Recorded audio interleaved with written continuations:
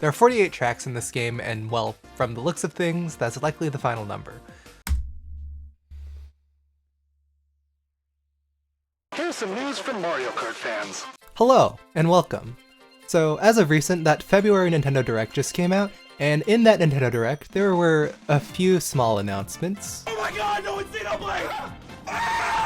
And as part of those small announcements, Nintendo announced that they're adding 48 DLC courses to Mario Kart 8 Deluxe, 5 years after its original Nintendo Switch release. I had so much certainty in that claim I made a month ago that Nintendo wouldn't be adding any more courses to that game, and that's just by the fact that this game originally came out in 2014 for the Wii U, and already when Mario Kart 8 Deluxe came out, it was starting to feel a little old to the point where people were wondering where Mario Kart 9 is. And to think that 5 years later, they're more than doubling the amount of tracks in the game, it's just insanity. This game is gonna, in the end, have 96 courses. And who knows, maybe they'll keep adding to it and I'll have like 100,000 more courses in Mario Kart 8 Deluxe Deluxe Deluxe or something stupid. This game is going to live forever.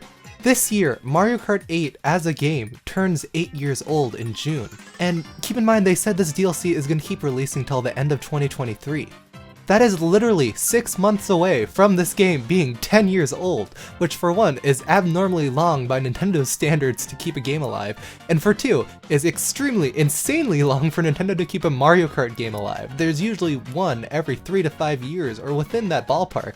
In the end though, you can't blame them, it makes a lot of sense. If you didn't know, the Nintendo Switch is selling like absolute hotcakes. It's currently, as recently reported, at 103 million units, which, keep in mind, is currently past the sales of the Wii. The Wii sold 101 million units. Think about that for a second. More people own a Nintendo Switch than the Wii. Your grandparents literally owned the Wii. And alongside that, Mario Kart 8 Deluxe is selling like hotcakes. It's at 43 million units sold, which is the #1 best-selling Switch game according to Nintendo, and for two, is currently the 7th best-selling game of all time according to Wikipedia, which is definitely no small feat, also by the fact that it has outsold Mario Kart Wii by literally around 10 million units. And you know how popular Mario Kart Wii was. Nintendo also knew what they were doing by revealing this in the same Direct alongside Switch Sports, which, of course, Wii Sports by itself had so much broad appeal, and Nintendo knew what they were doing by showcasing Coconut Mall as their feature track.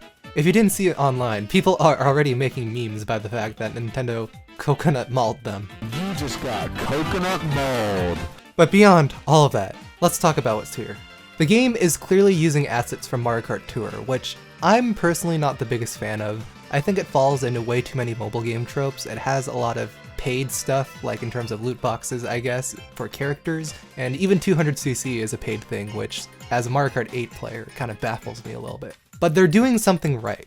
They're taking the courses that were ported over to that game, which that game had so many courses pulled from past Mario Kart games alongside completely original ones, and they're adding that to Mario Kart 8 to really boost the sales of that. If you're a console player that hasn't touched the mobile version, those new Mario Kart Tour tracks might as well be completely new courses for you, and that's not even counting the fact that if you haven't played any of the past Mario Kart games, this is all completely new content, which is likely going to be a lot of people, as a lot more people own the Switch than any other Nintendo console.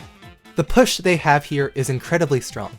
$25 for 48 courses, alongside the fact that you get the DLC if you're a Nintendo Switch Online Expansion Pack member, which, by the way, they're clearly trying to add a lot of value here. This whole thing makes that expansion pack make a lot more sense. You have to think about what we're getting here. This approximately means that we're going to be getting 8 new courses every 2 to 3 months, which is about the same traction that Smash Bros had, and every single time a character was revealed, it blew up its presence on social media, it got people hyped, and it clearly helped people's view of the game. The same thing is going to happen with Mario Kart, and I'm already seeing memes on social media that the response online is going to be the same with Mario Kart. I am beyond stoked for this DLC. It's probably going to more than double my playtime, which was already pretty high, and just the fact that we're taking an already great Mario Kart game and adding more to it, I think makes a lot of sense. You see, a lot of people were wanting Mario Kart 9, but you're gonna have to realize that Nintendo really did not want to do that at this point. Once again, Mario Kart 8 is selling like hotcakes, and if they released a new Mario Kart alongside that on the Switch, that's gonna be a conflict of interest. I'm just really surprised it took them this long. One Mario Kart per system makes sense, and who knows, maybe by the time they make the next system, like the Nintendo Switch 2 or whatever, they'll make Mario Kart 9 and that'll last another 10 years. As for the courses themselves, I feel like I need to wait to play them before I can have an actual opinion. My initial impression right now is that it's a little weird to have the cartoony aesthetic of Mario Kart Tour in Mario Kart 8 Deluxe, but obviously if there's more courses in an already really solid Mario Kart game, then I'm gonna take it. Mario Kart 8 is just an overall really solid game with its item mechanics, its physics, and just everything in there is something that they can build off of, which is exactly what they're doing right now. So, what do you think of the Mario Kart 8 DLC? Do you agree with my takes, or are you going to pick it up yourself? Let me know down below. That being said, that's about all I have to share and analyze, so that's going to be it for me. I'll see you next time.